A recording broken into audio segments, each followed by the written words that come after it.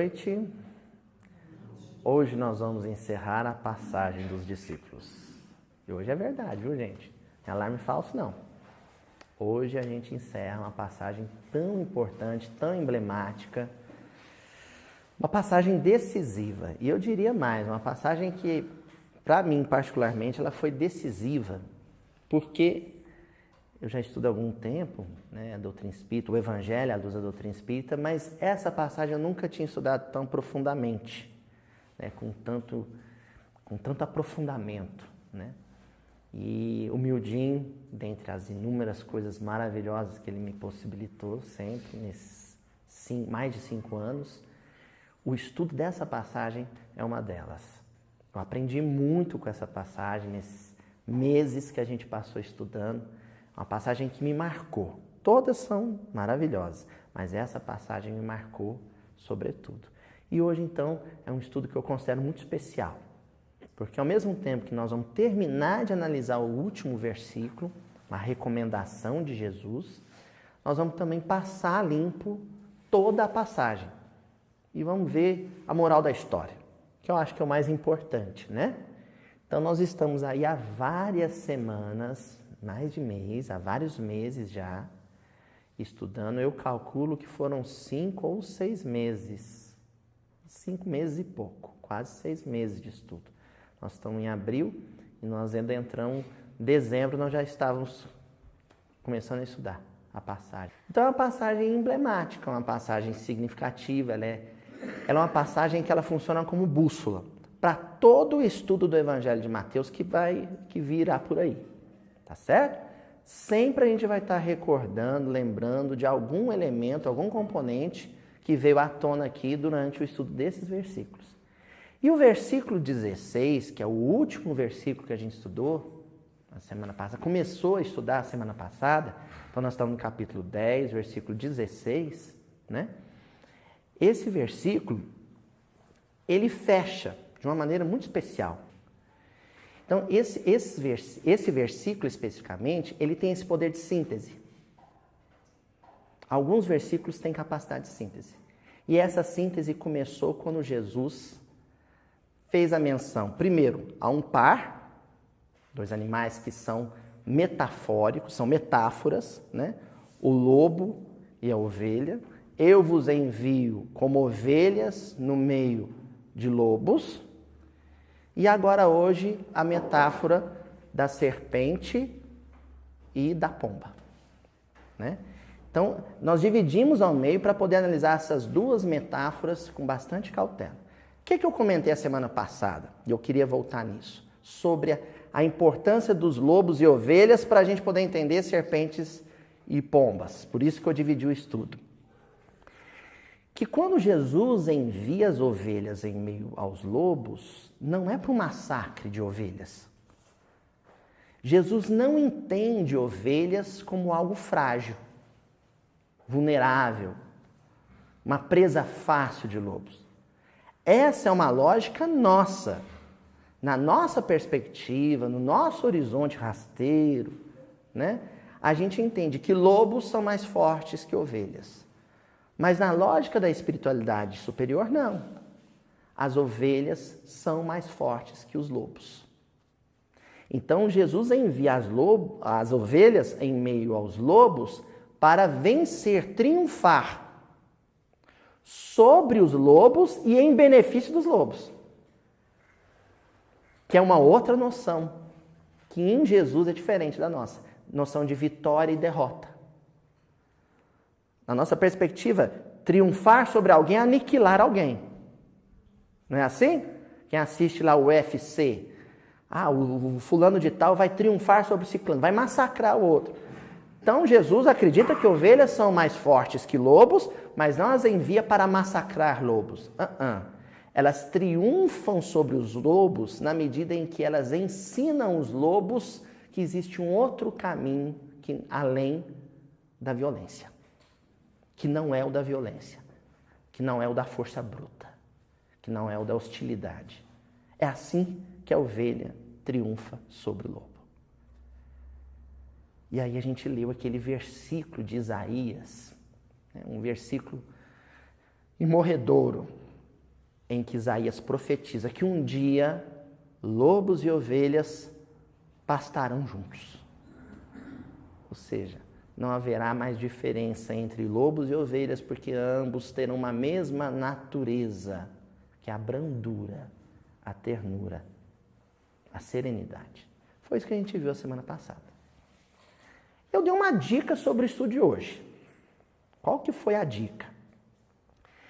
Que o que faz a ovelha ser mais forte que o lobo e, portanto, triunfar sobre ele, é o fato de que as ovelhas têm a prudência ou a sabedoria de uma serpente e a inocência ou pureza de uma pomba.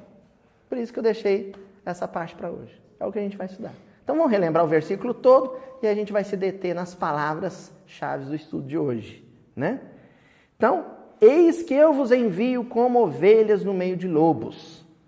Sede prudentes como as serpentes e inocentes como as pombas.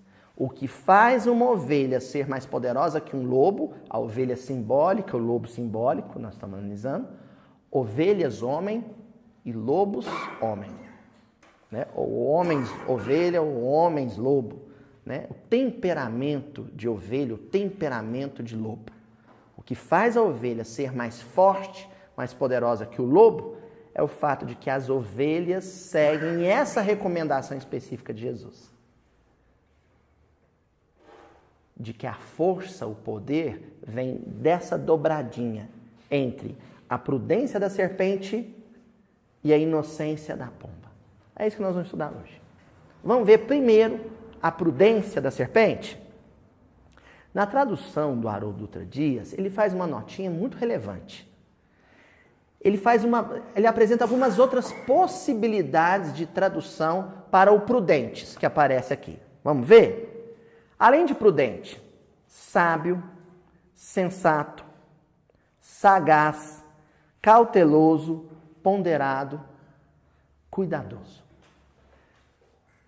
Essa prudência da serpente pode ser traduzida como sagacidade, cautela, cuidado, sapiência. O que mais? Ponderação. Mas eu não entendi a metáfora. O sentido da palavra prudência, sagacidade, isso eu entendi. Mas eu não entendi o porquê da metáfora, o porquê do uso da serpente. E aí nós temos que pensar a serpente no contexto da Palestina do século I, a serpente que os discípulos conheciam, que os primeiros leitores do Evangelho conheciam, ver o que nela pode ser reconhecido como qualidade, como competência, como perícia, e em cima disso é que nós vamos explorar o conceito, para ver o que Jesus entende por sagacidade, prudência, sabedoria, cautela, cuidado. Porque cada um pode entender de uma maneira, mas a gente quer ver a coisa segundo a perspectiva de Jesus. Qual que é a virtude da serpente? Uma virtude para ela. Qual que é a virtude da serpente? O que faz ela competente, perita? Lembra quando a gente estudou nos versículos anteriores a figura do perito? O que sabe fazer, o que sabe realizar? Lá na passagem sobre multidão, né? Jesus pedia que nós rogássemos com ele para que Deus enviasse trabalhadores, que eram os peritos, os que sabiam fazer. A serpente, ela é também uma perita, uma especialista. Oi? A hora de agir. A oportunidade, a ocasião. O que faz uma serpente aproveitar tão bem a ocasião? A ocasião do bote, a ocasião da defesa. O que faz ela aproveitar tão bem? O que cria o meio favorável a esse bom proveito? Que a gente já estudou aqui também, né? O reino de Deus está próximo. A gente viu as duas perspectivas de tempo, né? O tempo oportuno. A espera? Hã? Não, mas a senhora teve a sagacidade de uma serpente agora, não, Lorena? Olha, uma coisa que eu não tinha pensado assim, aí conversando com o pessoal do grupo, eles chamaram atenção para isso. A gente foi levantando as virtudes todas da serpente, mas teve uma que diferencia ela dos outros animais. A serpente é silenciosa. Silenciosa. Há pouco tempo, o Haroldo foi estudar um versículo do Gênesis, eu não me lembro agora qual episódio, que ele analisou sobre a serpente, a queda, né, do paraíso e tudo mais. E aí ele falou, olha, a serpente, ela penetra qualquer casa. E ninguém vê que ela penetrou. Ele até deu exemplo, se entrar uma onça aqui pela janela, todo mundo sabe que uma onça entrou na janela. A serpente não, por quê? A serpente, olha, um animal bem menor que a serpente entra e não passa desapercebido, o besouro. Não é? Por que um besouro tão pequenininho em relação à serpente entra numa casa e tu não percebe? Porque ele é barulhento. Por que a serpente é tão letal na hora que ela vai caçar? Porque ela é silenciosa. O silêncio. Nós vamos estudar primeiramente o silêncio. Tem um outro atributo. Esse vai vir na sequência. O primeiro é o silêncio. Quando Jesus fala, recomenda aos discípulos, sejam prudentes, sagazes, sejam sábios, cautelosos, cuidadosos, peritos, especialistas, tal qual a serpente, tia Helena. Ele está dizendo, sejam silenciosos. Agora, tem vários tipos de silêncio.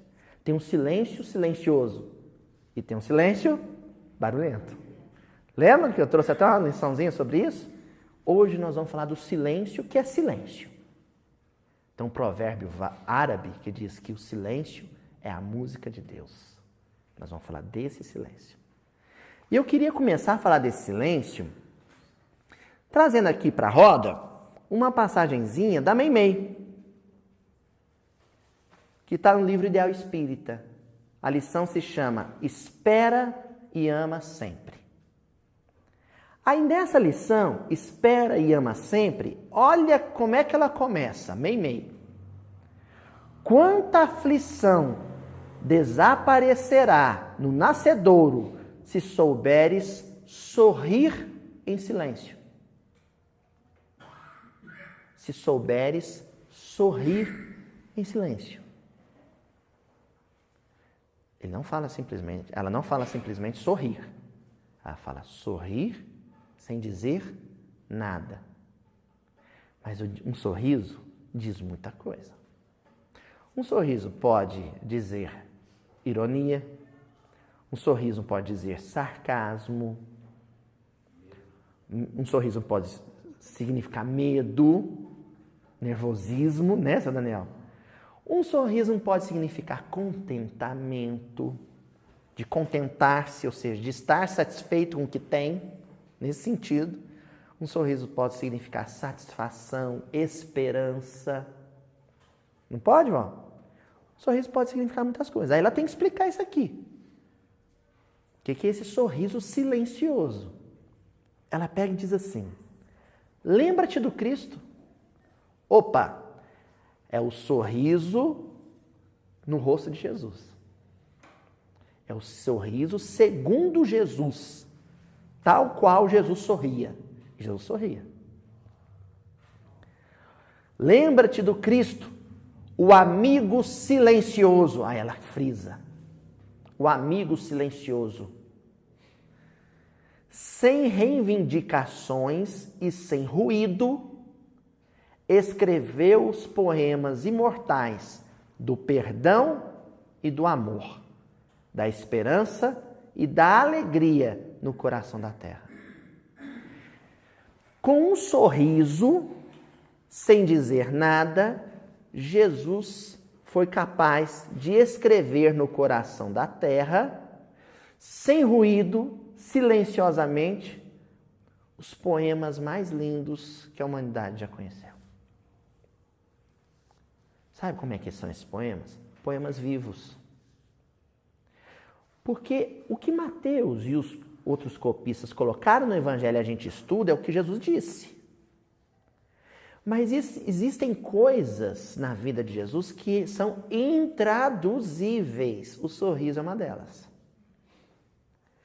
Mas, Annelise, como é que a gente sabe que Jesus sorriu silenciosamente? Porque com esse sorriso silencioso, ele marcou o coração de alguns. E esses corações inscritos, esses corações marcados, viveram sob a inspiração desse sorriso. Entenderam? Viveram sob a inspiração desse sorriso. Querem ver um exemplo? Estevão sendo apedrejado. Estevão foi apedrejado e morreu abençoando. Sabe por quê? Porque no leito de morte física, ele viu Jesus, não foi, Euridice? Ele viu Jesus lamentando o que ele estava fazendo ou satisfeito com o exemplo dele? Então ele viu Jesus sorrindo e sem dizer nada. Um sorriso de aprovação, silencioso, mas carregado de sentimento, de um pai, pode reforçar no comportamento de um filho um bom ato. Assim como uma lágrima de tristeza e descontentamento pode constrangê-lo no momento em que o vício aflora. Sorrir e chorar, segundo Jesus sorria e chorava, sem dizer nada. Esse é o silêncio. Pode falar, Lânia. Não seria um semblante que traz a paz interior? É um semblante inscrito. Isso, que traz dentro da Isso. É como se tudo que brota do interior aflorasse, jorrasse pelo semblante, sem dizer nada. Esse é o nosso exercício para o século XXI. Esse é o discipulado que a gente tem falado. É o discipulado que fala pouco. A gente tem uma noção de discipulado como um grande pregador. A gente só pensa em Paulo falando. A gente não pensa em Paulo calado. A gente só imagina Paulo ditando as cartas, pregando em praça pública. Mas a gente não sabe, nesses 30 anos de apostolado, de discipulado de Paulo, quanto ele silenciou, muito mais que falou. A gente tem um nenezinho, um filhinho, a gente estava conversando disso esses dias, né, dona Joana? O negócio do berço espírita. Meu filho nasceu em berço espírita. Aí o que eu quero que ele seja? Orador. Porque eu quero que o meu filho, meus votos, né, Djalma? Eu quero que o meu filho fale em nome de Jesus. Por que os pais espíritas não querem que os filhos calem em nome de Jesus? Porque calar em nome de Jesus é muito mais difícil que falar em nome de Jesus. E agir em nome de Jesus? O silêncio é ação pura. A palavra, Renato, pode não refletir a ação. Mas o silêncio, quando ele é a expressão do bom semblante, do olhar terno, ele sempre é ação. Ele é sempre ação. Ele sempre está agindo. Como, sabe, as nuances disso nós vamos ver daqui a pouco, que é a segunda virtude da serpente. A primeira é a ação silenciosa. Por exemplo, gente, uma coisa que só os grandes mestres, professor veterano, professor, sabe, que já atingiu o topo da segurança no exercício do magistério. É aquele professor que consegue ter domínio de sala sem gritar. Não é? No começo da carreira, mas eu falo com o professor, a gente grita tanto, né, Adriano? A gente grita, é um berreiro, e grita mais que os meninos. Aí depois que a gente vai ficando seguro na profissão, você fala baixo. Quanto mais você fala baixo, mais você convida as crianças, os jovens também, a ouvir. Mas por detrás daquele silêncio, tem um sujeito venerando, né? Um sujeito que transmite superioridade moral, autoridade moral, no olhar, que é respeitado. Fala mais baixo o outro. E o outro vai aquietando. Né? Continuando.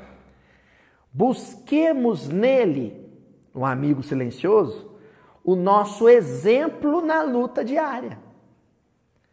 E tolerando e ajudando hoje, na estreita existência humana, recolheremos amanhã as bênçãos da luz silenciosa que nos descerrará os caminhos da vida eterna. Luz silenciosa. Jesus é preso no Horto das Oliveiras, no Getsemane, e a partir dali, isso vai acontecer na quinta-feira, já à noite, né? Ele vai dar o último suspiro e as últimas palavras na sexta-feira à tarde. Então, são quase 24 horas de silêncio e oração. Silêncio e oração. Como é que sabe que é silêncio e oração? Porque os únicos relatos no texto bíblico de Jesus falando, é ele citando fragmentos de salmos. Então, quando Jesus, naquele período de máximo de martírio e testemunho, quando ele não estava calado, ele estava recitando salmos. Na hora de maior sofrimento, Jesus ficou calado. A gente, nós, o vulgo, nas horas de maior testemunho, quando a gente mais queixa, mais fala. Não é? É quando a gente mais reclama. É quando a gente mais choraminga. É quando a gente mais lamenta. Não é assim, gente? Quando a gente devia estar mais calado. E quando abrir a boca para orar. A gente fala, reclama, não pode encontrar um. Eu sei, esses dias eu estava com hernia de disco, né? Mas é uma reclamação, eu contei meu caso assim, para metade do meu serviço, metade do movimento espírita, para todo mundo eu contar, estou com hernia de disco, dá um diagnóstico completo. Só para os outros ter dó de mim. Não é assim? A gente quer despertar a autocomiseração. A gente adora despertar a misericórdia nos outros. Quando a gente devia ficar, caladinho, em silêncio, e quando abrir a boca para orar.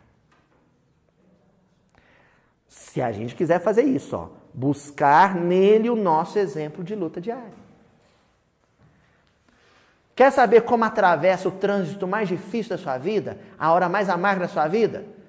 Lê o final do Evangelho de Mateus, do Evangelho de Lucas, do Evangelho de João, as horas finais de Jesus, em que ele pronunciou poucas frases, poucas palavras, todas elas sendo salmos recitados.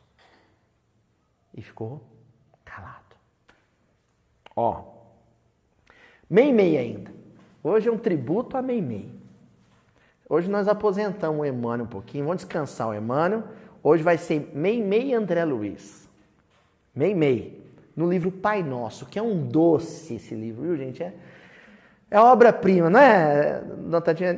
As evangelizadoras que o digam, né? É um doce esse livro, Pai Nosso, de Meimei. E lá tem a mensagem intitulada O Silêncio. E ela diz assim, o silêncio ajuda sempre. Não é o silêncio pode ajudar. Gente, o silêncio às vezes ajuda. Vai no silêncio que às vezes dá certo. Não. O silêncio ajuda sempre. Precisa de ajuda? A situação é difícil? Silencia. 2 momentos cruciais da nossa vida. O nascimento e o desencarne. Para o espírito, né? Mas dos dois, qual que é o mais tenso? Nascimento. Quem ler no livro Missionários da Luz, a reencarnação, lá do Segismundo, vê a tensão do Segismundo para reencarnar. Quem lê no Nosso Lar, né, Euridice? A irmã Laura tendo que reencarnar, ela tensa. Então aquele é um momento tenso para o espírito, uma hora difícil para ele.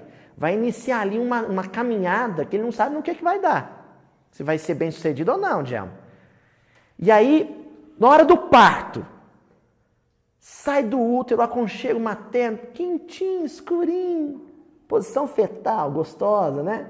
Tá lá, seguro. De repente entra pulmão ar no pulmão, luz agredindo os olhos, aquele frio, e na hora que você começa a chorar, toda a maternidade, toda a sala cirúrgica, em que se preza, vai ter sempre uma fotinha da enfermeira fazendo sabe o quê?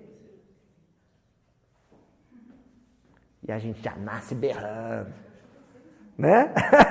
E aí, emenda, né? Meses chorando, madrugada fora chorando. Mas o primeiro pedido que a vida nos faz é esse: silencia. E aí o resto da vida, os nossos benfeitores espirituais, nas nossas horas de maior testemunho, se a gente pudesse vê-los explicitamente, alguns podem, sabe o que a gente veria eles fazendo? Sofre calado. Minha irmã falou isso pro Chico, lá no avião sacudindo. Aprende a morrer com educação, que é fecha o zíper. O silêncio ajuda sempre. Quando ouvimos palavras infelizes, quando alguém está irritado, quando a maledicência nos procura, quando a ofensa nos golpeia, quando alguém se encoleriza, quando a crítica nos fere, quando escutamos a calúnia, quando a ignorância nos acusa, quando o orgulho nos humilha, quando a vaidade nos provoca. O silêncio ajuda sempre. E aí a Meimei fecha. O silêncio é a gentileza do perdão que se cala e espera o tempo. Essa merece repetir, hein? Hein? Tira o cabelinho do ouvido aí para você ouvir essa. Ó. Repete, eu vou repetir ela para você. O silêncio é a gentileza do perdão que se cala e espera o tempo. Espera o polvilho escaldar. Não é assim? Né? O tempo de Deus. Hora de calar e esperar. Duas coisas desafiadoras para qualquer discípulo. Duas coisas que a gente faz com dificuldade. Calar e esperar.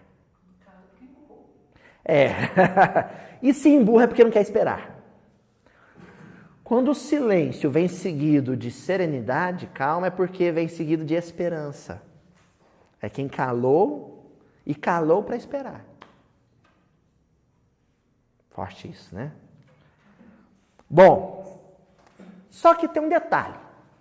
Primeira sabedoria, primeira astúcia, primeira competência da serpente.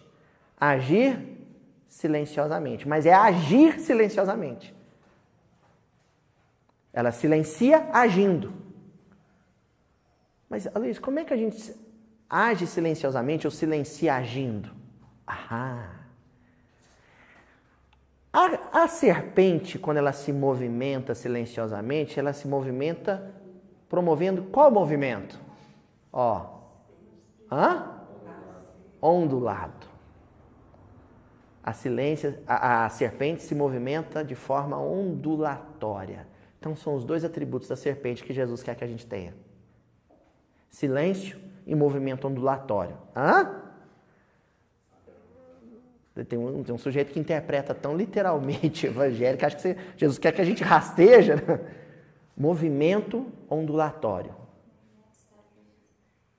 Movimento ondulatório é vibração. Nós estudamos aqui isso uma vez. Na física, o que estuda a ondologia? A ondulatória.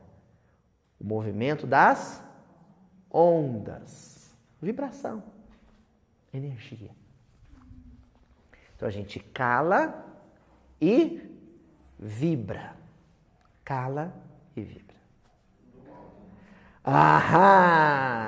E agora nós vamos falar de um duelo. Porque esse movimento ondulatório, né? O Renato acabou de citar aqui, gente. Vibra no alto. Um alto padrão vibratório. E aí nós vamos ver que esse movimento ondulatório, e é isso que vai determinar a qualidade do silêncio. Entenderam? Todo silêncio é bom? Depende da vibração que você espalhou enquanto silenciava. Da qualidade do movimento ondulatório da serpente. E aí eu fui encontrar lá em Êxodo um duelo entre duas naturezas de movimento ondulatório. Capítulo 7, versículos de 8 a 13, lá no livro Êxodo, de Moisés. Disse Yahvé a Moisés e a Arão: se Faraó vos disser, apresentai um prodígio em vosso favor, então dirás a Arão, Deus falando com Moisés, toma o teu cajado e lança diante do Faraó, e ele se transformará em cobra, serpente. Moisés e Arão foram ao Faraó e fizeram como Yahvé ordenara. Lançou Arão o seu cajado diante do Faraó e diante dos seus servos, e ele se transformou em serpente, cobra. Faraó, porém, convocou os sábios, os encantadores de cobras. Ora, também eles, os magos do Egito, com suas ciências ocultas, fizeram o mesmo. Pois lançou cada um seu cajado e eles se tornaram cobras. Mas o cajado de Arão devorou os cajados deles. Aí é simbólico isso, que serpente é movimento ondulatório. Isso não fui eu que tirei da cartola, não, gente. Isso aqui, o senhor Honório Abreu que sacou. O senhor Honório Abreu dizia o seguinte, olha, o duelo entre os magos do Faraó e Moisés e o irmão dele Arão é um duelo vibratório. O cajado era o símbolo dos fenômenos mediúnicos que Moisés realizava. Quando o cajado vira serpente, simbolicamente ali, está falando que tanto Moisés quanto aqueles magos eram especialistas em manipulação de fluidos. No elmo do Faraó, tinha um animal que saía do elmo. Qual que era? A serpente. Aloysio, por quê? Evolução em Dois Mundos, capítulo 20. Corpo espiritual e religiões. O item missão de Moisés. Lá nós vamos entender por que do elmo do Faraó saiu uma serpente, por que os magos enfrentaram Moisés e Arão com um cajado que virava serpente. Olha só, André Luiz dizendo, os padres tebanos conheciam de maneira precisa a evidência do corpo espiritual, que pode exteriorizar-se de cada criatura para ações úteis ou criminosas. Padres tebanos aqui são os magos do Egito Antigo, os iniciados, os mestres e habilidosos na manipulação de fluido, de magnetismo. São espíritos capelinos que já vieram para o planeta dominando essa ciência. O André Luiz está afirmando isso aqui. Cultivam a mediunidade em grau avançado. Atendem a complexas aplicações do magnetismo. Esses sacerdotes egípcios, eles conseguiam promover complexas manipulações do magnetismo. Então, existem coisas na tradição egípcia que a própria historiografia não conseguiu ainda decifrar, nem a arqueologia, nem a engenharia, nem a medicina. Não conseguiu decifrar, não tem resposta. A gente em sala de aula, né, seu Daniel, a gente tenta dar umas respostas para os meninos, mas no fundo, para ser honesto, a gente devia dizer, não sei, professor, como é que eles punham aquelas pedras no topo da pirâmide? A gente tenta, cogitações, é especulação.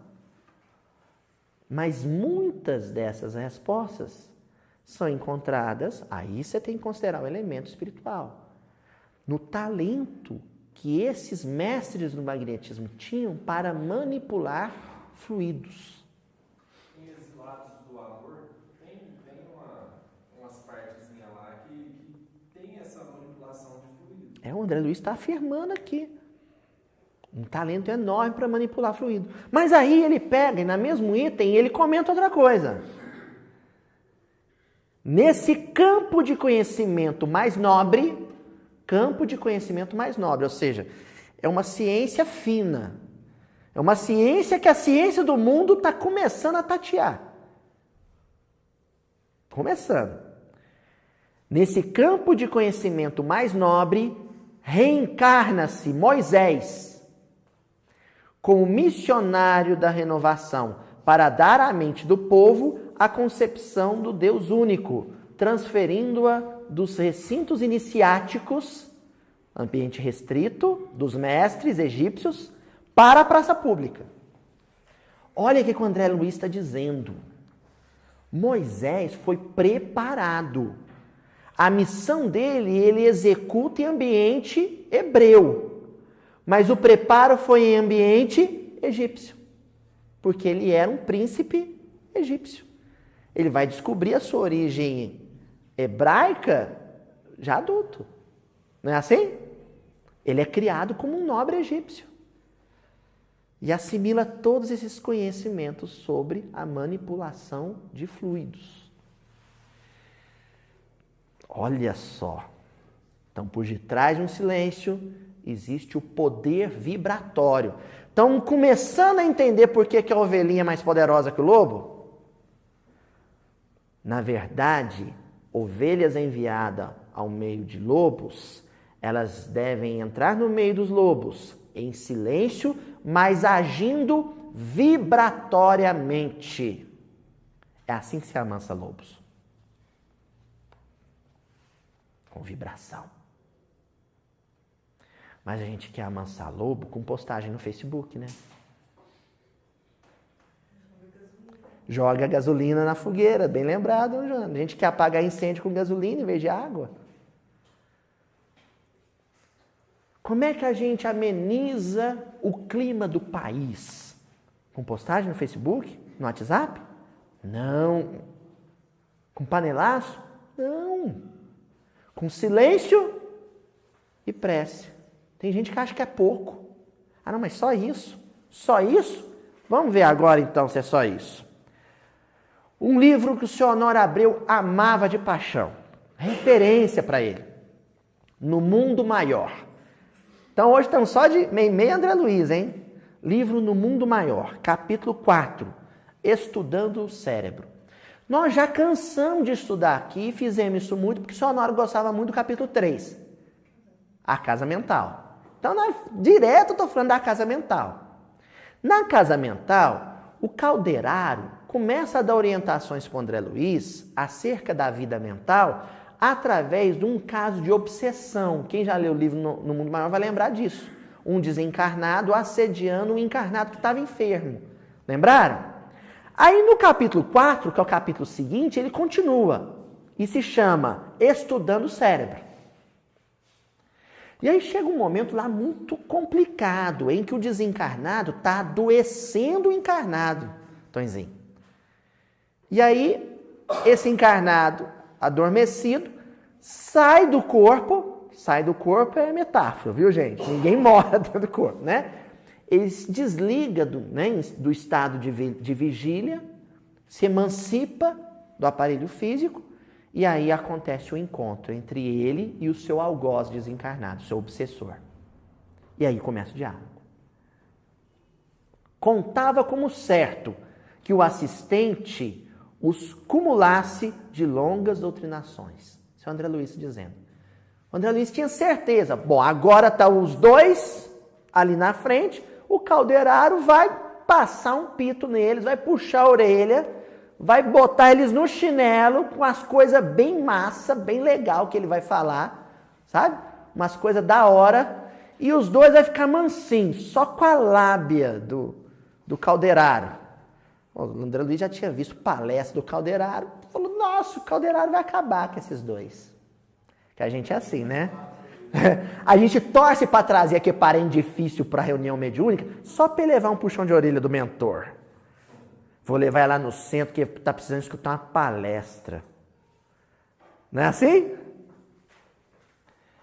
Calderaro, porém, guardou absoluto. Qual a virtude da serpente? Silêncio. Calderaro, porém, guardou absoluto silêncio. Não me contive. André Luiz, ele dá a cara a tapa por nós, né? Interroguei-o. Por que os não socorrer com palavras de esclarecimento? Ele pergunta para o Calderaro. O senhor sabe tanto, né, senhor Ibsen? O senhor sabe tanto, fala tão bem. Você não vai falar nada para esses dois demônios? Faz alguma coisa, homem. Aí responde o Calderaro. Falaríamos em vão, André, porque ainda não sabemos amá-los como se fossem nossos irmãos ou nossos filhos. O Calderaro está dizendo isso. O Calderaro está dizendo, André, não vou falar nada não, porque eu ia falar em vão. E eu ia falar em vão por uma razão simples. Eu posso estar com compaixão, com dó deles, mas amar mesmo, eu não amo esses dois. E a gente aqui, na Terra, a gente fala com raiva. O professor vai dar uma bronca no aluno, dá a bronca com raiva. O pai vai chamar a atenção do filho, chama a atenção com raiva. Tem que falar com energia, mas com amor. Agora você fala com ódio. Aí fala, não adianta nada, depois fica com culpa, ainda vai pagar a culpa com presente. Aí estraga mais ainda. Aí piora. Aí ainda pede desculpa. Desculpa a mãe, desculpa o pai, porque falou na hora com raiva. Então se não tem amor, fica calado. Aprende a amar primeiro. Para nós ambos, espíritos de raciocínio, algo avançado, mas de sentimentos menos sublimes, são eles dois infortunados e nada mais. Para nós, espíritos de raciocínio mais avançado, mas de sentimento menos sublime, os dois são pobres coitados. A gente só consegue ter dó, mas isso não é amor. Isso não é amor. Aí o André Luiz insiste. E por que não tentarmos o esclarecimento verbal agora a estes nossos amigos? Ele insiste. Insisti ansioso por minha vez, observando os infortunados contendores que se trocavam insultos e acusações. Os dois, o obsessor e o encarnado, já estava quase saindo no tapa. Já estava quebrando pau lá. E o André Luiz, não conforme com esse negócio de ficar calado, Calderaro. Não tem base um negócio desse. Não. Da onde eu venho, a gente resolver as coisas gritando, discutindo. Porque se o conhecimento... E aí vai o Calderaro, isso mesmo. Porque se o conhecimento auxilia por fora, só o amor socorre por dentro.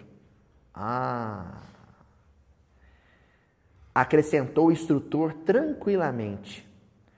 Com a nossa cultura, retificamos os efeitos. Com a cultura, com o raciocínio, a gente retifica, corrige os efeitos. Quanto possível. E só os que amam conseguem atingir as causas profundas. Então, com o palavratório, a gente vai no verniz, na casca. Só com amor você vai no tutano, no miolo, no interior. Ora, os nossos desventurados amigos reclamam intervenção no íntimo para modificar atitudes mentais em definitivo. E nós ambos, por enquanto, apenas conhecemos sem saber amar. Agora dá para entender por que Jesus foi para Galiléia. Porque se para renovar a humanidade bastasse uma boa oratória, Jesus tinha ido para a Grécia. Jesus reencarnava, virava um mestre sofista, tinha os seus alunos, aí o que ele ia fazer? Multiplicar e ia fazer discípulos oradores.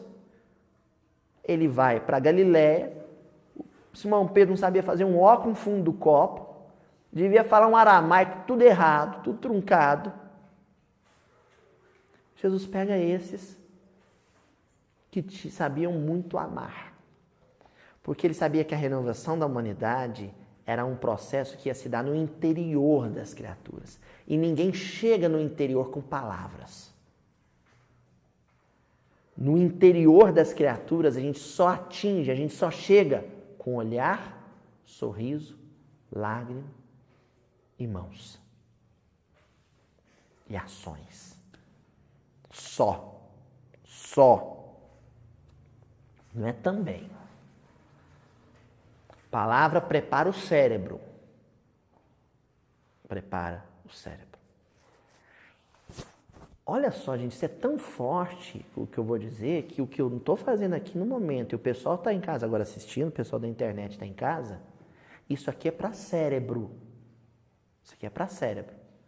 Como, Luiz, eu fico emocionado. Você fica emocionado com o miudinho porque algum coração te preparou para isso. Te tornou sensível para essas palavras. Porque sem o testemunho, o exemplo de vida de alguém que te preparou para isso, o miudinho não te comoveria. Pode procurar na sua vida um pai, uma mãe, um avô, um vizinho, um estranho, cujos gestos, os olhares, o silêncio te preparou. Hoje você só é capaz de se comover com o miudinho porque antes veio o exemplo de alguém. Senão, muita gente assiste isso aqui e é insensível. Não se comove, não acha graça. Morro Alto. Morro Alto só faz chorar quem já tinha um coração preparado. Muita gente lê uma besteira, esse moleque subindo na árvore, um mutum, palhaçada que é essa, um monjolo. Não é? Só comove quem antes já foi flechado pelo olhar de ternura de uma mãe, de uma avó, de um vizinho, de uma professora. Só.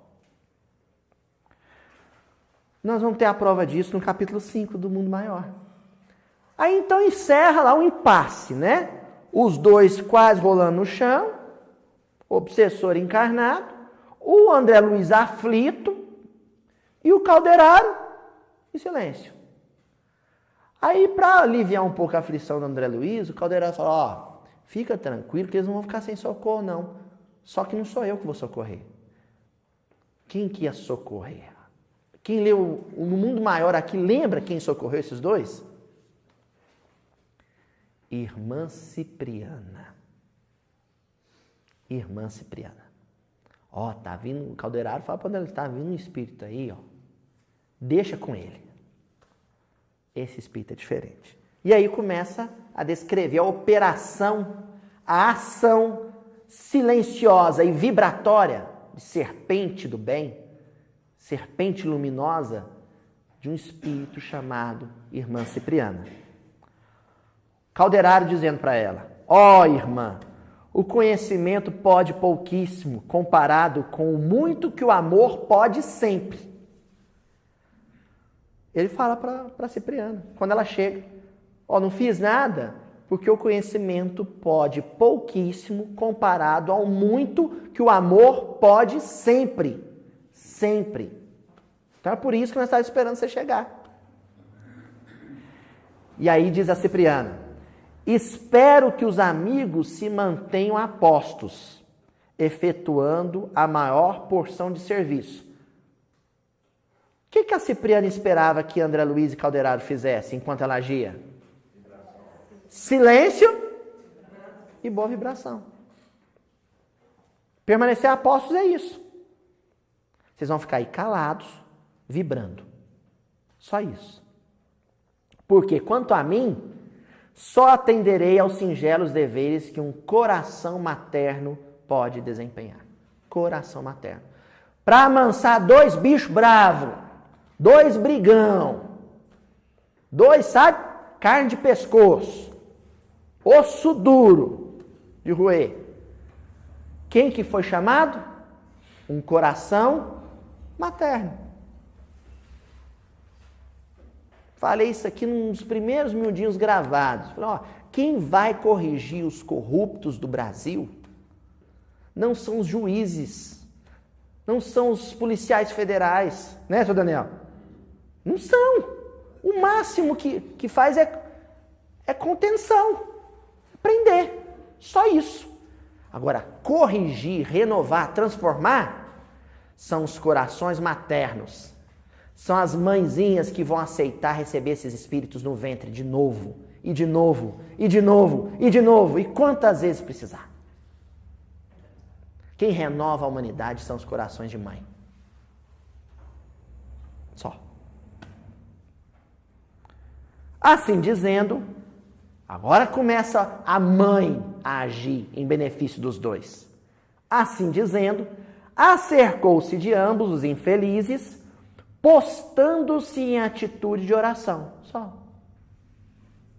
Postando-se em atitude de oração.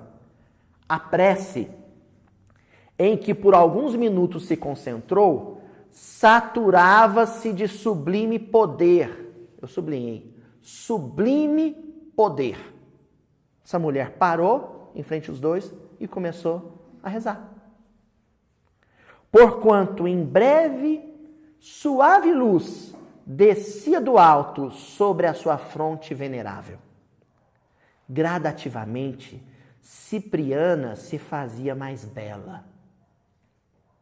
Os raios divinos, a fluírem dos mananciais invisíveis, envolvendo-a, transfiguravam-na toda. De que passagem evangélica vocês se lembram?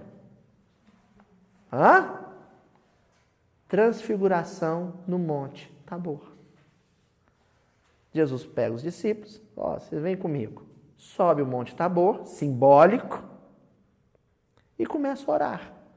Na hora que Jesus começa a orar, ele se transfigura. Ele perde a forma humana. Vira luz pura. Essa mulher, essa mãe, parou na frente desses espíritos e começou a fazer uma prece por eles. A prece. A prece. Ser serpente. Age em silêncio, promovendo um movimento ondulatório. Isso é coisa de serpente. Ela agiu tão serpentiosamente, licença poética, que ela fez que nem qualquer serpente. Ela entrou na casa sem o dono da casa perceber. Que casa? Mental. Ela entrou na casa mental deles igualzinho serpente, ondulando. Quando eles se deram conta, ela já estava lá dentro. Eles não tinham mais o que fazer. Ela já tinha ocupado a casa deles. Tive a impressão de que a sua organização perispiritual absorvia a claridade maravilhosa, represando-se-lhe no ser. Represando-se-lhe no ser. Então, aquele rio de luminosidade que vinha do alto estava represado nela. Estava represado. Aí ela foi soltando essa luminosidade aos poucos para aqueles dois coitados.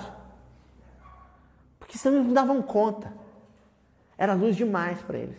Então ela concentrava aquilo e ia dando na boquinha do bebê. Sabe?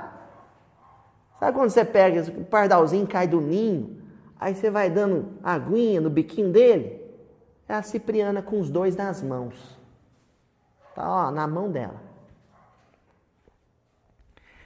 Escoados alguns momentos, circundava refulgente halo, cuja santidade senti dever respeitar. O André Luiz se curvou. Dos olhos, do tórax e das mãos efluíam irradiações de frouxa e suave luz, que não me terrificava a retina surpresa. Luz. Tudo isso em silêncio, sem falar nada. Estendeu as mãos para os dois desventurados, atingindo-os com o seu amoroso magnetismo. E notei, assombrado, que o poder daquela mulher, o que a ovelha é mais que o lobo? Poderosa. Estão entendendo por que a ovelha triunfar sobre os lobos? É isso. Por que Jesus envia lobo para as ovelhas? Porque sabe que as ovelhas vão fazer isso com os lobos. Sublimada lhes modificava o campo vibratório. Aí o campo vibratório dos dois começou a modificar. Sentiram-se ambos desfalecer. Lobinho. Os lobinhos começou, sabe, a chorar baixinho, mansos, oprimidos por uma força que os compelia à quietação. Mansos lobos. Agora nós voltamos lá na semana passada, quando Pedro virou para o Tiago, virou para o Barnabé, virou para a casa do caminho inteiro e falou assim, tá, Paulo é um lobo? Então não nos compete, por amor ao Cristo, domesticar, amansar, aquietar o lobo? E eu sei que muita gente sai daqui, como é que a gente amansa lobo? Assim. Os lobinhos, ó, foi ficando quietinho, quietinho. Entreolharam-se com indizível espanto, experimentando o respeito e o temor. Presas, olha só, agora o lobo é presa do cordeiro, da ovelha. Presas, isso é incrível, né? De comoção irreprimível e desconhecida. Gritaram violentamente, empolgados pela surpresa, e por julgar cada um de nós o que vê através do prisma de conhecimento adquiridos, eles olharam para ela e viram que davam conta de ver. Cuidaram fossem visitados pela excelsa mãe de Jesus. Na hora que ela atingiu eles com a vibração dela e mudou o campo vibratório deles, eles passaram a vê-la. Na hora que eles olharam para ela, deram um grito. Virgem Santíssima, Nossa Senhora. Eles acharam que estavam vendo Maria, mãe de Jesus. Estavam. O coração sublime de Maria refletido na prece de Cipriana. E os lobinhos começaram a pastar junto com a ovelha. Poderosa, invencível, triunfante. Tudo porque essa ovelha teve a sabedoria, a prudência, a cautela, o cuidado da serpente de agir silenciosamente em movimento ondulatório, em movimento vibratório, simplesmente. Assim. Começou a quebrar o pau lá em casa, Julinho. E meu irmão, minha mãe, meu pai estão quebrando o pau e guarda as facas, né? A gente fala, guarda as facas, que o negócio tá feio. O que eu faço? Entro no meio da briga, começa a gritar, cala a boca. O outro cala. Eu silencio a prudência da serpente, a cautela, uma situação delicada, pode sair morte. Então tem que ter a cautela, o cuidado, a sagacidade da serpente. Ajo em silêncio, ondulando, vibrando. Prece. Daí um pouquinho um cala, o outro cala. É porque a gente nunca faz o teste, né? Faz o teste, gente. Respira, silencia, fica calmo, Sadel, e começa a orar. Aí a gente vai ganhando confiança, porque a primeira vez que vocês fizerem isso e ver o resultado, olha, o trem funciona mesmo. E não é que os lobinhos acalmaram? Aí você faz a segunda, a terceira vez, aí você vai se adestrando nisso, vai se treinando nisso, vai se tornando perito, especialista nisso. Essa é a questão. Só a sabedoria da serpente? Não. Também tem que ter a inocência da pomba. O Haroldo fez a notinha para esses inocentes como as pombas e sugeriu outras palavras. não misturado. Inocente aqui quer dizer não misturado, não contaminado, não afetado. Livre de vício ou engano. Sem malícia. Sincero, inocente. Aí vem outros adjetivos. Aquele que não se contaminou, que não se misturou. Aquele que permaneceu puro. Vocês lembram de alguma bem-aventurança? Bem-aventurados os que têm puro o coração. Então, não analisamos pomba ainda, hein? Pomba vai ser a última coisa. Primeiro, esse inocentes tal qual ela. Inocente aí é não se deixar afetar. Porque é um caminho de duas mãos. Uma coisa é você contaminar, tocar, sensibilizar, afetar o outro com a sua boa vibração. E outra coisa é você não se deixar afetar, tocar, contaminar com a vibração negativa do outro. Quando você é serpente, você está agindo silenciosamente e vibratoriamente para afetar o outro. Triunfar sobre o outro. E quando você é inocente como a pomba, você está agindo de modo a não se deixar contaminar pela vibração negativa dele.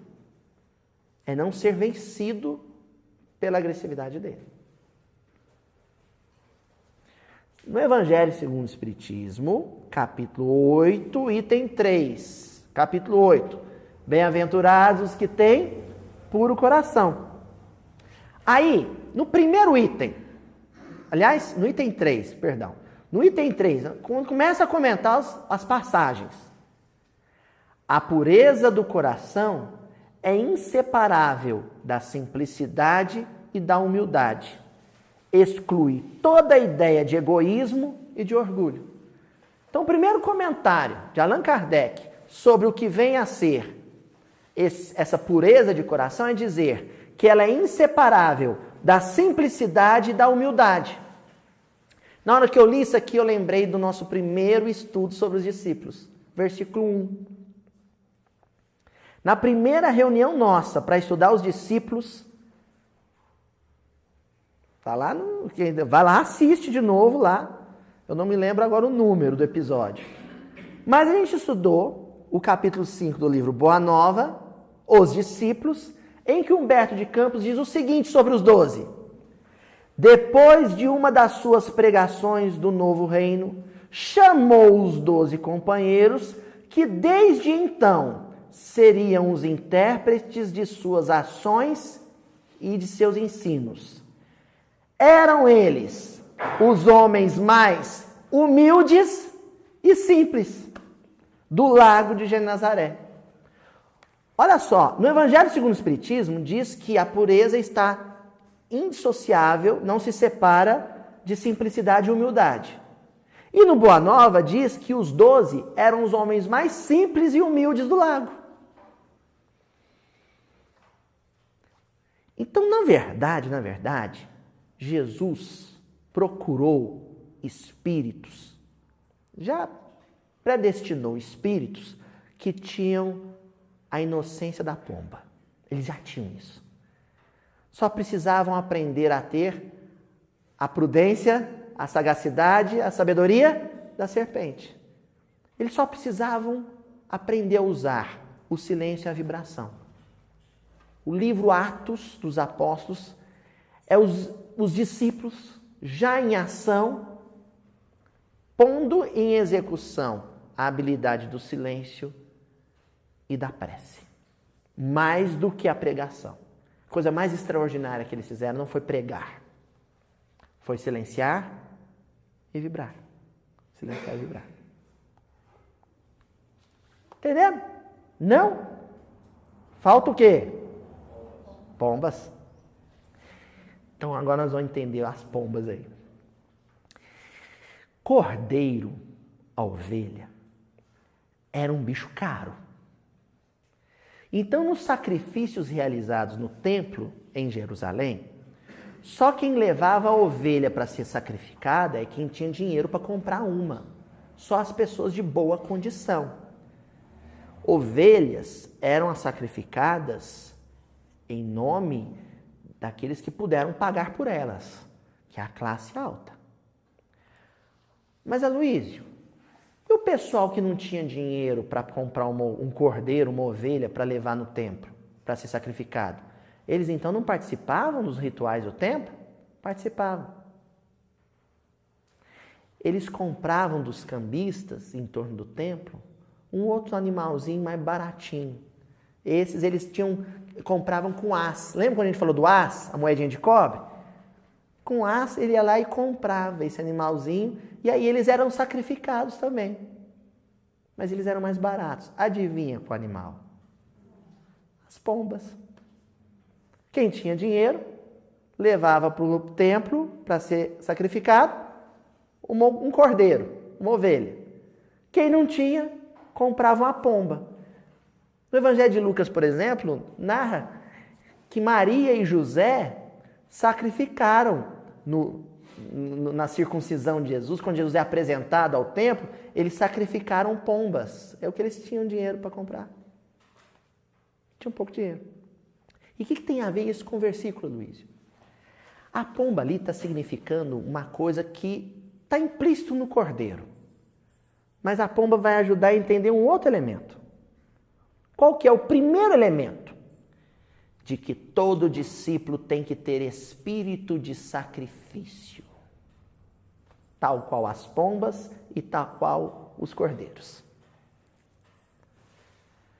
Cristão que não sabe se deixar ser imolado e em silêncio, porque tanto a pombinha, galinha, gente, para morrer faz um escândalo, não é, avó? A avó ia fazer um franguinho caipira, mas um escândalo. E a pombinha? Silenciosa. O cordeiro também.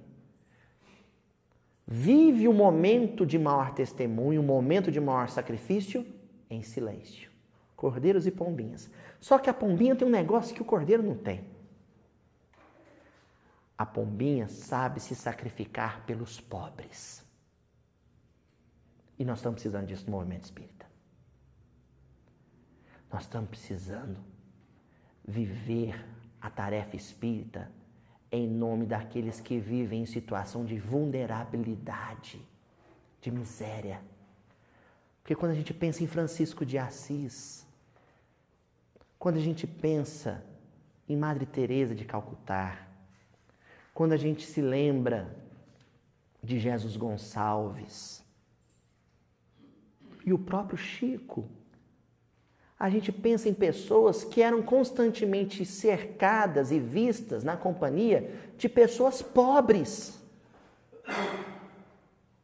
que passam a privação da fome, do agasalho, do remédio, do teto. Espírita, que é espírita, genuíno, tem que procurar o infortunado. Mas, Aloísio, e os ricos? Os ricos, quando fazem bom uso da sua riqueza, não precisam da ajuda de ninguém. É alívio e alento-los. Mas quando fazem mau uso da sua riqueza, reencarnam em outra provação. Qual? A pobreza. Então, muitos pobres, muitos miseráveis, são antigos nobres, antigos abastados, ricos, que atualmente têm uma dificuldade danada de suportar a miséria, porque não estão acostumados a ela. Então, quando você estende um agasalho, um pão, um prato de sopa, um caderno escolar, para alguém que está sofrendo com a miséria, você está auxiliando aquele espírito a atravessar essa provação. E muitas vezes ele vai estar com essa provação redimindo um passado de equívocos com dinheiro na mão. Então vamos olhar pelos pobres e nos sacrificar por eles, tirar do nosso necessário por eles. Aí a gente vai estar tendo a inocência, a pureza, a candura das pombas. Porque as pombas se deixavam sacrificar no templo pelos pobres. E aqui nós estamos finalizando o estudo do discipulado, gente, numa era iluminada, regida por um espírito iluminado como o Papa Francisco. E o Papa Francisco foi categórico ao convocar toda a Igreja Católica. E eu estenderia esse convite do Papa Francisco ao movimento espírita e ao movimento protestante, quando ele diz, em uma das suas pregações, que a igreja precisa fazer a opção pelos pobres. Aqui nós vamos atualizar ela para o movimento espírita. O movimento espírita precisa fazer a sua opção pelos pobres. Estou falando de fazer opção mesmo, viu, gente? Não é dar dinheiro, não, e ficar longe. É ir lá, ter contato, abraçar, visitar em casa. É andar na companhia dos pobres. Porque eles ainda são a maioria no mundo. Isso é discipulado com Jesus. O silêncio e a prece, traduzido no silêncio e no movimento ondulatório da serpente, e a pureza de coração e o espírito de sacrifício pelo mais pequenino do reino de Deus, tal qual as pombas. Essa é a mensagem dessa passagem. Semana que vem nós iniciamos uma passagem nova. Um abraço, gente. Porque depois que Jesus é crucificado é que essas palavras ficam badalando dentro da cabeça dos discípulos. Olha só, ele não fugiu dos lobos. Ele não se acovardou ante os lobos.